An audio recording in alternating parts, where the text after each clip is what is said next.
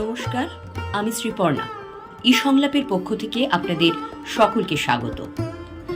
জন্ম শতবর্ষের আলোকে স্মরণে ঋত্বিক এই বিষয়ের উপর সংলাপ ভদ্রেশ্বর নাট্যচর্চা কেন্দ্র একটি বিশেষ আলোচনা সভার আয়োজন করেছিল গত ৪ জানুয়ারি পালবাগান দুর্গা মন্দির প্রাঙ্গণে ওদের অন্তরঙ্গ নাট্য উৎসব অন্তরঙ্গ সংলাপ ২০২৬-এ। সেই অনুষ্ঠানে বক্তা হিসেবে উপস্থিত ছিলেন বিশিষ্ট লেখক এবং সাংবাদিক শ্রী মধুময় পাল মহাশয়। ওর সঙ্গে ঋত্বিক ঘটকের কিছু ব্যক্তিগত সম্পর্ক আলাপ আলোচনার কথা এই বক্তব্যে উঠে এসেছে।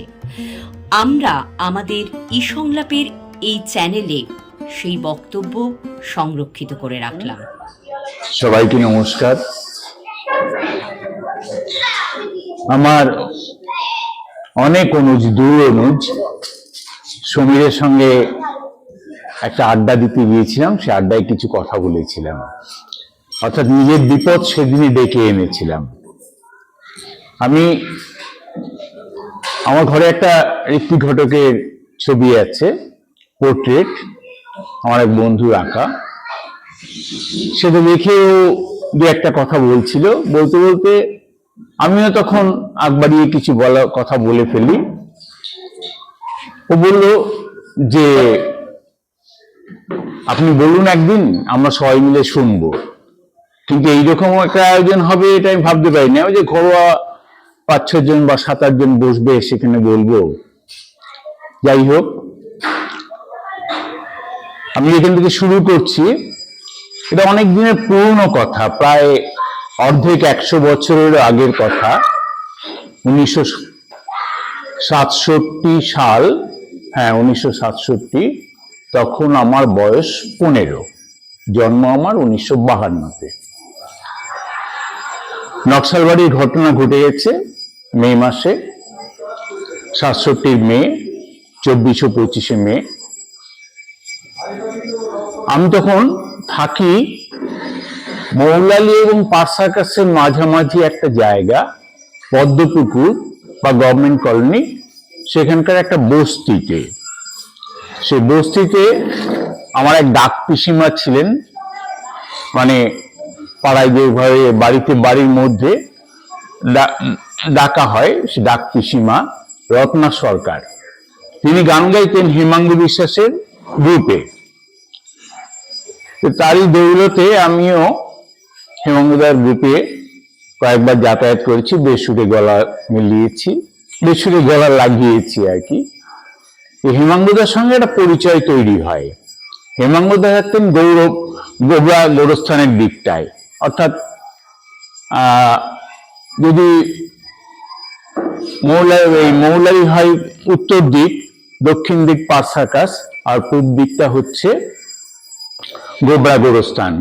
হেমাঙ্গুদা থাকতেন ১ নম্বর গোরস্থানের পাশে, আসগর মিস্ত্রির লেনে।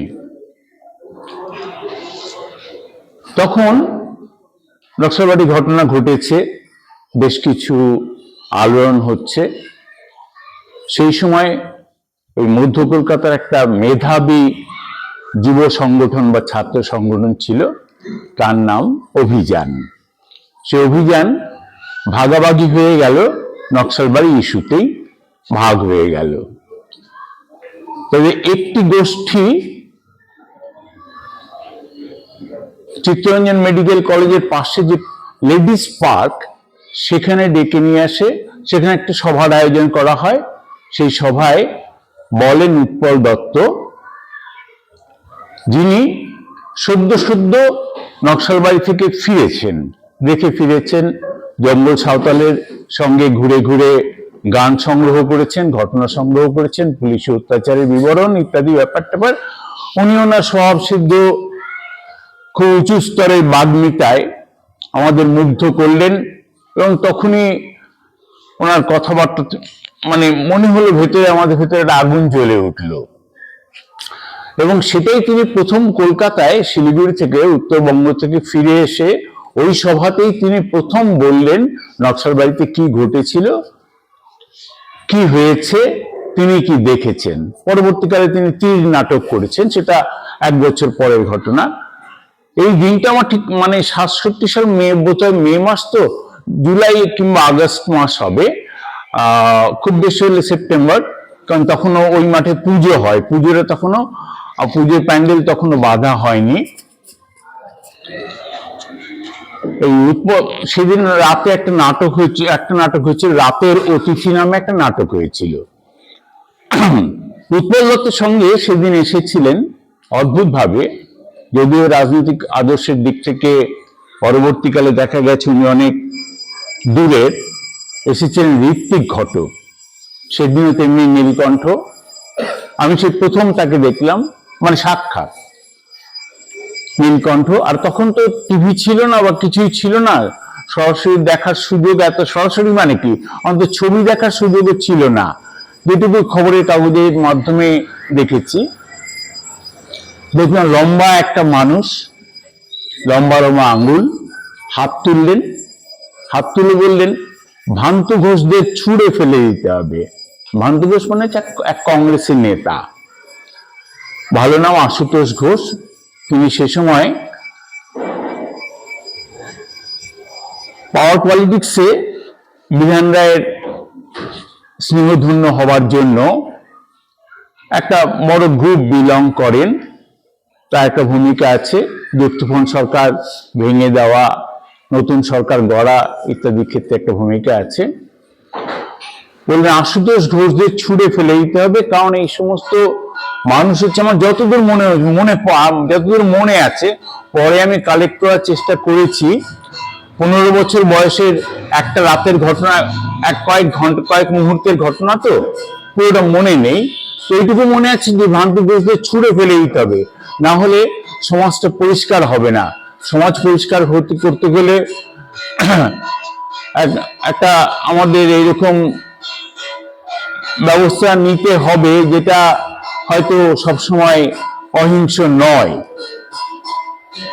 তারপর উনি নিচে নেমে এলেন, পা টলছিল, স্থিরে দাঁড়াতে পারছিলেন না। উৎপল দত্তের সঙ্গে কিছুক্ষণ কথা হলো, হেমাঙ্গদা তখন এলেন, হেমাঙ্গদার সঙ্গে কিছু কথা হলো। আমি কাছাকাছি ছিলাম, দেখলাম মানুষটিকে। এই আমার প্রথম দেখা ঋত্বিক ঘটককে, এবং প্রথম চেনা। যে আমি তখন ঋত্বিক ঘটকের কোনো সিনেমা দেখিনি, তার কোনো লেখা পড়িনি। আমি জানি ঋত্বিক ঘটক, এই নামটা জানি, আর হেমাঙ্গদার কাছে কিছু শুনেছিলাম তার রাজনৈতিক চিন্তা ভাবনা, এবং জানি তিনি একটা বামপন্থী চিন্তা ভাবনায় তিনি কাজ করেন। কিন্তু আমার সেগুলো পড়াশোনাটা ছিল না। এরপরে খুব সম্ভবত 69, তখন আমি মানে এই 17 কি 18 বছর বয়স। হেমাঙ্গদা হঠাৎ একদিন ডাকলেন, ডেকে বললেন যে একটা কাজ করতে হবে। তখন আমিও রাজনীতিতে জড়িয়ে পড়েছি, পুলিশ আমাকে খুঁজছে, পুলিশকে আমি ফাঁকি দিয়ে ঘুরে বেড়াচ্ছি, পুলিশের চোখকে ফাঁকি দিয়ে ঘুরে বেড়াচ্ছি। বললে তোমরা কয়েকজন মিলা ঋত্বিক ঘটকের খাবারটা দিয়ে আইবা। কোথায় আছেন উনি? বললেন মেন্টাল হসপিটালে। এই মেন্টাল হসপিটালটা আমার খুব চেনা, মানে তখন মেন্টাল হসপিটাল ছিল না, লেপ্রোসি হসপিটাল ছিল। এই একদিকে ডান দিকে লেপ্রোসি হসপিটাল, বাদিকে গোবরা গোরস্থান, 3 নম্বর গোবরা গোরস্থান। মাঝখান দিয়ে যে রাস্তাটা গেছে, সেই রাস্তা ধরে খানিকটা গিয়ে আমার দাদু আর দিদিমার বাড়ি। বাংলাদেশ থেকে চলে আসার পরে, খেদা খেয়ে চলে আসার পরে, ওরা যে বস্তিতে আশ্রয় করেছিলেন, একটা মানুষের বসবাসের উপযোগী নয় এমন একটা বস্তিতে আমার দাদু আর দিদিমাকে থাকতে হয়েছিল, জীবন কাটাতে হয়েছিল, ওখানে বিনা চিকিৎসায় মরতে হয়েছিল। সেখানে আমি যেতাম খুব ছোটবেলা থেকে, হয়তো ক্লাস 3 বা 4, যে মনে আছে, যেটুকু মনে করতে পারি। আর গোবরা গোরস্থানটা খুব প্রিয় জায়গা ছিল। গোরস্থানের ভেতরে ঢুকে আমি পেয়ারা থেকে শুরু করে জামরুল, কালো ওই কালো জাম ইত্যাদি পেরে পেরে খেতাম। ফলে ওই রাস্তাটা একদিকে গোবরা গোরস্থান, একদিকে লেপ্রোসি হসপিটাল থেকে লেপাররা বেরিয়ে আসে, তাদের হাত নেই, পা নেই, নাক নেই, কারো চোখ নেই, চিৎকার চেঁচামেচি করে। আমি দেখলে ওদের ভয় পাই, এবং ওরা যখন দল বেঁধে ওই হসপিটাল থেকে বেরিয়ে আসে তখন আমি উল্টো দিকে দৌড়ই। সেটা মেন্টাল হসপিটাল হয়ে গেল, এবং সেই মেন্টাল হসপিটালে ঋত্বিক ঘটকের চিকিৎসা চলছে। খাবারটা কোথায় দিয়ে আসতে হবে? রিসেপশন আছে, রিসেপশনে খাবারটা দিয়ে আসতে হবে। তা আমরা রিসেপশনেই ঠিক করলাম যে লুকিয়ে চুরিয়ে খাবারটা দিয়ে আসতে হবে দুপুরবেলা। কিভাবে দিয়ে আসা যায়? আমি, চাঁদুদা এবং কয়েকজন মিলে ঠিক করলাম যে ফাঁকে ফাঁকে একদিন চাঁদুদা, একদিন আমি, একদিন অমিত, আমার 4-5জন মিলে ঋত্বিক ঘটককে খাবারটা দিয়ে আসবো। আর ওই রাস্তাটা আমাদের কাছে সন্ধ্যের পর থেকে খুব সেফ প্যাসেজ ছিল, কারণ ওই রাস্তায় পুলিশ ঢুকতো না। আর আমরা ওই রেল লাইনের উপর দিয়ে গোবরা গোরস্থানের ভেতরে ঢুকে বা গোবরা গোরস্থানের বাইরে নর্দমার উপরে বসে মিটিং করতাম, মানে বিপ্লব করবো সেই মিটিং করতাম আর কি। বিপ্লবের ভাষ্য রচনা করতাম, স্লোগান মুখস্থ করতাম, দেয়াল লিখতাম। একদিন কানে এলো নাটকের সংলাপ আওড়ানো হচ্ছে, সংলাপ শুনতে পেলাম। দাঁড়িয়ে গেলাম। আমি দিনের বেলা খাবারটা দিয়ে আসি, রাত্রিবেলা ওই দিকটা এই প্রথম আর কি রিহার্সালের সংলাপ শুনলাম। পাশে দাঁড়ালাম, গেটে একজন বললেন ভেতরে যাওয়া যাবে না। যাই হোক, কষ্টে সৃষ্টে তাকে ম্যানেজ করে ভেতরে লম্বা হল ঘর, সেখানে রিহার্সাল হচ্ছে। বাইরে আমি দাঁড়িয়েছি, নাটকের রিহার্সাল হচ্ছে। 4-5জন পুরুষ, 2-1জন মহিলা। হঠাৎ উনি আমাকে দেখতে পেলেন, ঋত্বিক ঘটক আমাকে দেখতে পেলেন, বা ঋত্বিক ঘটকের চোখে আমি পড়লাম। ওখানে কি করতেছ? আমি চুপ করে আছি। কি করো? কি ওইখানে দাঁড়ায় দাঁড়ায় কি করো? কিছু না, যাও যাও যাও এখান থেকে বলে তাড়িয়ে দিলেন আমাকে। সত্যি করে দাঁড়িয়েছে, ওখান থেকে দাঁড়িয়ে আমি আর ভয়ও পেলাম। যেভাবে উনি এগিয়ে এলেন, লম্বা লম্বা পা ফেলে বার করে দিলেন, আমি চলে এলাম। হেমাঙ্গদাকে গিয়ে বললাম, হেমাঙ্গদা বোধহয় একটা নাটক হচ্ছে, তার রিহার্সাল চলছে, আমি দেখতে গিয়েছিলাম। তুমি ওরকম ঢুকতে গেলে কেন? ঠিক আছে, আমি বলে দেবো, তুমি গিয়ে দূরে কোথাও বসে যদি দেখার ইচ্ছে হয়, শোনার ইচ্ছে হয়, দেখবে, শুনবে। আমি গেলাম। তারপরে আমি বেশ কয়েকদিন নাটকের রিহার্সালটা দেখেছিলাম। তাই আমি তখনও বুঝতে পারিনি। এটা আজকে 17-18 বছরের ছেলেরা, মেয়েরা যে পরিমাণ অ্যাডভান্সড হয়, আমি মানে এখন বুঝতে পারি আমরা অনেক পিছিয়ে ছিলাম।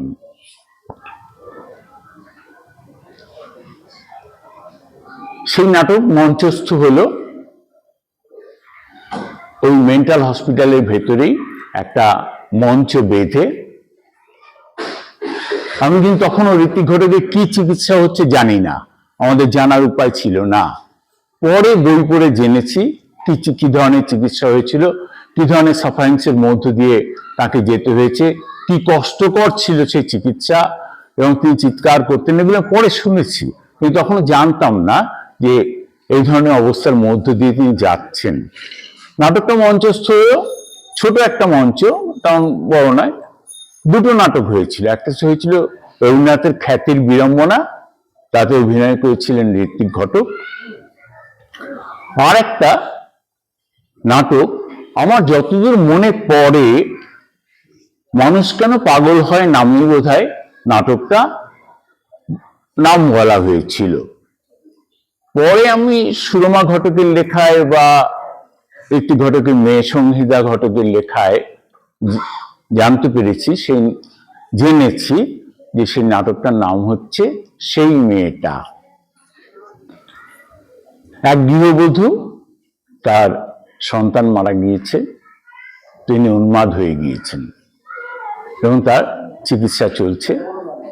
এই যে উন্মাদ হয়ে যাওয়ার পারিবারিক, সামাজিক যে কারণগুলো বিশ্লেষণ করে ঋত্বিক ঘটক একটা বয়ান দিয়েছিলেন। এটুকুও মনে আছে, কিন্তু বয়ানটা পুরো মনে নেই। মানুষ কেন পাগল হয় এটা উনি ব্যাখ্যা করেছিলেন। অভিনয় করেছিলেন ঋত্বিক ঘটকের যিনি চিকিৎসক ছিলেন ডাক্তার ব্যানার্জি, এবং আরো 2-3 জন ডাক্তার, একজন যিনি উন্মাদিনী আর কি, যে মহিলা, তিনি প্রকৃত অর্থেই উন্মাদিনী, তার চিকিৎসা হচ্ছিল, তিনি অভিনয় করেছিলেন। আরো কয়েকজন উন্মাদ, তারাও অভিনয় করেছিলেন। এদের সবাইকে নিয়ে ঋত্বিক ঘটক অভিনয় করিয়েছিলেন। আমি হেমাঙ্গদার পাশে বসেই নাটকটা দেখেছিলাম, এবং এই নাটকটা দেখতে সেদিন হাজির ছিলেন কবি অমিতাভ দাশগুপ্ত। তখন আমি অমিতাভ দাশগুপ্তকে চিনি না, পরে শুনেছি। এই ঘটনাটার কথা আমি অনেকবার বলবার চেষ্টা করেছি যে এই নাটকটা ঋত্বিক ঘটক ওখানে বসেই একটা নাটক লিখেছেন। পরে তো জেনেছি তিনি কুমার সম্ভবের সপ্তম স্বর্গের অনুবাদ করেছিলেন সেই অসুস্থ অবস্থায়, যখন তাকে ইলেকট্রিক শক দেয়া হচ্ছে। সেই অবস্থার উনি একটু সামলে উঠেই কাজ করে চলেছেন। আরো জেনেছি ডক্টর ব্যানার্জির সঙ্গে আকাশবাণীর একদিন ছাদে উঠে ক্রিকেট খেলা দেখেছেন। একটু জল আমাকে, ক্রিকেট খেলা দেখেছেন, ঘুরেছেন।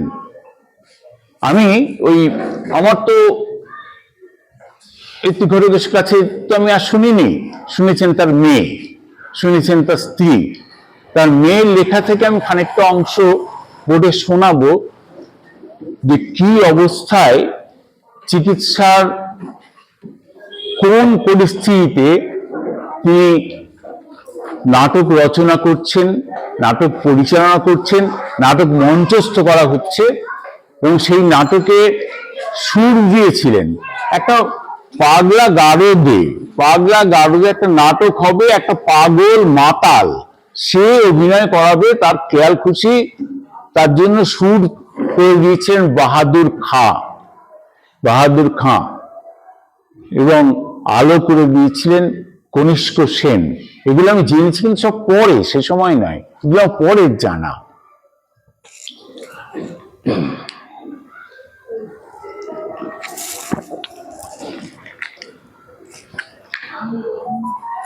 কত বড় মাপের একজন মানুষ হতে পারেন হয়তো আমি খানিকটা বলবার চেষ্টা করেছি, বোঝাতে পেরেছি কিনা জানি না।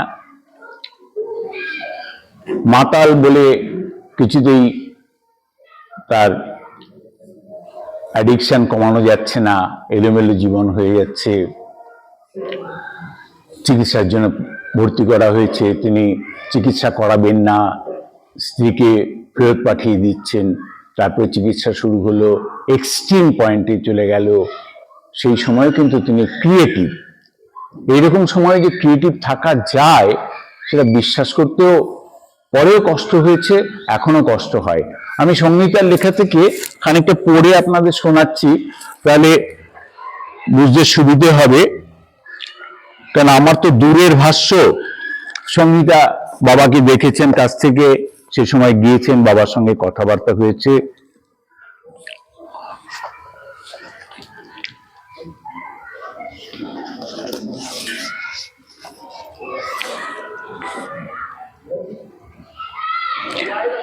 এইভাবে হাসপাতালে একদিন গিয়েছে সংগীতা, এইভাবে একদিন হাসপাতালে গিয়ে বাবার সাথে সামনের খোলা মাঠে এক সিমেন্টের চেয়ারে বসেছিলাম। বাবা মাথা নিচু করেছিল, হঠাৎ বলেছিল তখন প্রায় সন্ধ্যা নামছে, আমি মাঠে পা ঘষছিলাম। অন বিশ্রী কালো খয়েরি রঙের নেল পলিশ পায়ে লাগিয়েছিস কেন? পাশের বাড়ির এক দিদি লাগিয়ে দিয়েছে, কখনো যেন না দেখি এসব বিশ্রী রং লাগাতে। বাবা তুমি এসব কথা বলছো কেন? তোমার মুখটা কেমন কাঁপছে। বাবার মুখখানা থরথর করে কাঁপছিল। আবার বললাম, কি হয়েছে বলো বাবা? জানিস টুনুমা, ওরা আমাকে এখানে ইলেকট্রিক শক দিচ্ছে। ওরা আমাকে জোর করে ধরে নিয়ে গিয়ে হাত ও পা বেঁধে একটা ছোট বেডে শুইয়ে মাথার দুপাশে দুই রগে ইলেকট্রিক যন্ত্র দিয়ে তার লাগিয়ে মাথায় শক দিতে থাকে। তখন আমি যন্ত্রণায় ছটফট করতে করতে বেহুশ হয়ে যাই। আমার স্মৃতিশক্তি ওরা নষ্ট করে দিচ্ছে। কেন বাবা? এটাই নাকি চিকিৎসা? যখন জ্ঞান আসে তখন মাথাটা ভোঁতা হয়ে যায়, জানি না কিভাবে এর থেকে মুক্তি পাবো। বাবা, তুমি বারণ করতে পারো না? না, ডাক্তাররা কথা শোনে না। কেন বাবা? তুই বুঝবি না, তাই বন্ধ করতে হবে। আর তোর মা আমার দিকে, আমার আর কি ক্ষমতা, কি করতে পারতাম? মনটা অস্থির হয়েছিল। অস্তমিত সূর্যের দিকে তাকিয়ে বাবা আবার বলেছিল, তোর সাথে বসে আছি তাই কেউ কিছু বলছে না। আমরা মা কোথাও যেন আবদ্ধ হয়ে গিয়েছি। ভয় পাস না। ভয় না বাবা, যন্ত্রণা। প্রাচীরের অন্দরে বাস করি। এই মস্তিষ্কের চিকিৎসায় কাউকে বোঝাতে চেষ্টাও করছি না যে আমি মাতাল নই। আমি লুকিয়ে মদ খাইনি। আমি জীবনে কারুর ক্ষতি করিনি, করবো না। অ্যালকোহলিক তকমা দিয়ে আমার মাথাটা কিরকম হয়ে গিয়েছে। একটা নাটক লিখছি, মানে খসড়া করছি, রাতেও ঘুম আসতে চায় না। আর যেদিন শক দেয় সেদিন তো অবসন্নতায় রাত কেটে যায়। বাবা মাথার পেছনে হাত দিয়ে উঠে দাঁড়িয়েছিল। এসব কথা তখন কাউকে বলা মানে পাকামি করা। চুপ করে থাকাটা রপ্তকর হয়েছিল। সেদিন দেখে কি যে কষ্ট পেয়েছিলাম। বেশ হাসি খুশি মানুষটা, এত বিষণ্ণ, এত অসহায়। এইরকম একটি মানুষের কাছাকাছি আসতে পেরেছিলাম। কাছাকাছি মানে তাকে রিহার্স করতে দেখেছি, অভিনয় করতে দেখেছি। এই জায়গাটা এবং তার পরবর্তীকালে আগ্রহটা বেড়ে গেল। শুধু সিনেমা দেখা নয়, তার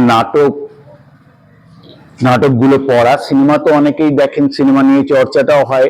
ঋত্বিক ঘটকের নাটক নিয়ে চর্চাটা হয় সবচেয়ে কম। এবং তার যে লেখালেখি, সেই লেখাগুলো একেবারেই পড়া হয় না। কিছু বিদগ্ধ জন আছেন, তারা পড়েন। আর তাদের যারা শিষ্যা আছেন তারা পড়েন। কিন্তু ঋত্বিকের লেখাগুলো আমার মনে হয় অনেক বেশি করে পঠিত হওয়া দরকার। আমি শেষ করব, অনেকক্ষণ হয়ে গেল। এই মানুষটি আমাকে যে ভাবিয়েছিলেন, আমাকে ভাবান। আমার একটা দোষ আছে, আমি একটু গল্প টল্প লেখার চেষ্টা করেছিলাম, হয়তো পারিনি। তো সেগুলো ছাপার অক্ষরে রয়ে গেছে কিছু। আমার গল্পের চরিত্রে ঋত্বিক ঘটক এসেছেন সেরকম একটি গল্প থেকে। অর্থাৎ মানুষটি আমাকে কে ভাবিয়েছেন, আমি তার ওইটুকু অন্তরঙ্গতা। কিন্তু তা সত্ত্বেও আমার সারা জীবনে যেন উনি জুড়ে গেছেন, যেটা অন্য কোনো চিত্র পরিচালকের ক্ষেত্রে, আমার চিত্র পরিচালকের ক্ষেত্রে হয়নি।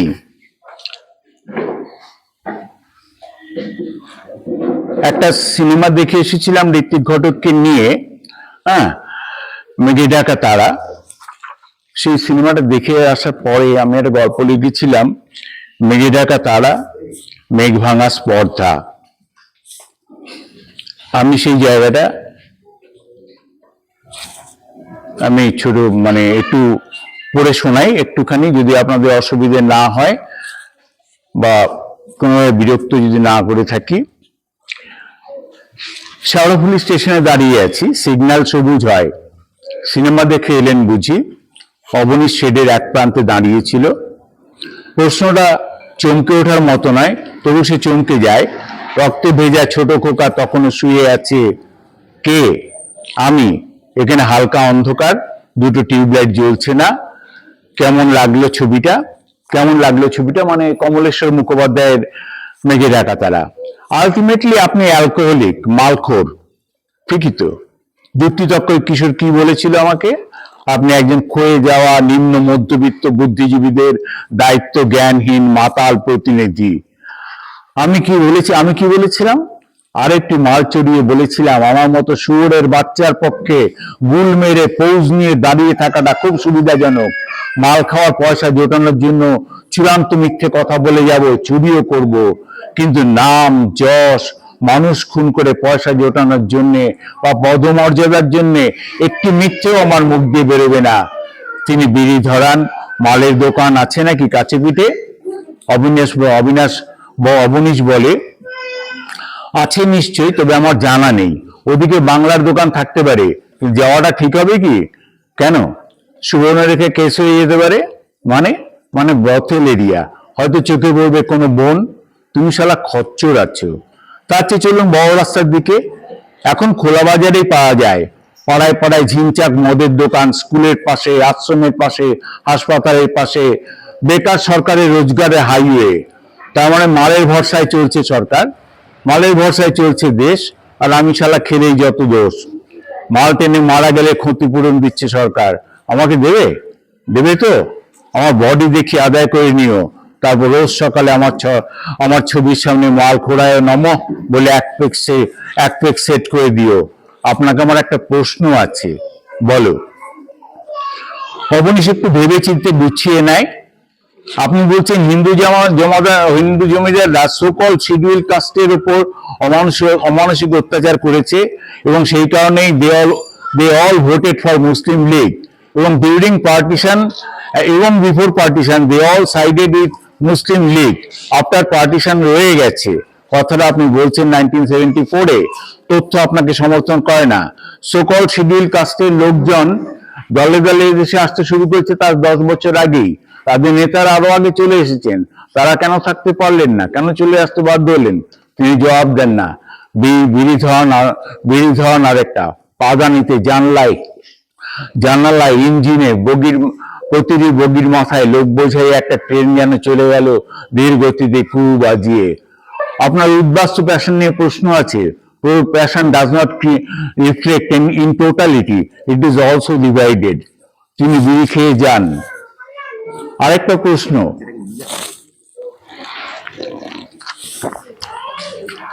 প্রশ্ন,